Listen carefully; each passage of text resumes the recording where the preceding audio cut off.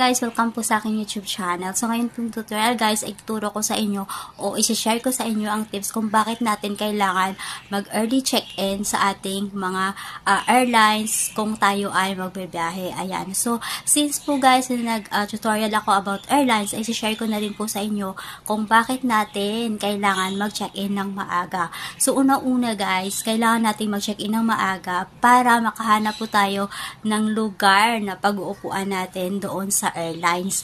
Ayan. So, kung kayo po ay hindi po napa-reserve ng seats at airlines na po ang mag-assign sa inyo, mas mabuti po na maaga para mas magandang pwesto ang inyong makukuha. Ayan. So, number 2 po guys, ang inyong bagahe. Kung nag-check-in kayo ng maaga, ang inyong bagahe ay sigurado na mauuna din doon sa taas upon boarding. Ayan.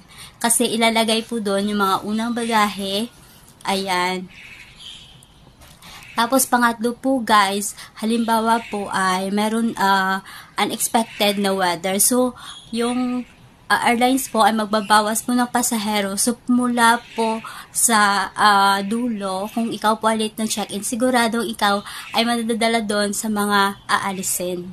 Ayan, so kung nauna ka na, so posible na makaka-flights ka. So, yun lang po guys. Thank you for watching.